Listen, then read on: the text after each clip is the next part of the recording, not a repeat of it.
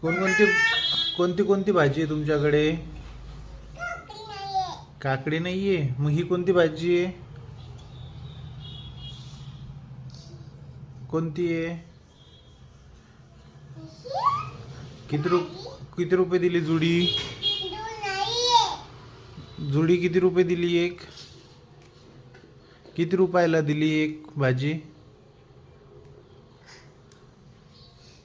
ओ भाजीवाले, किती रुपयाला दिली भाजी एक?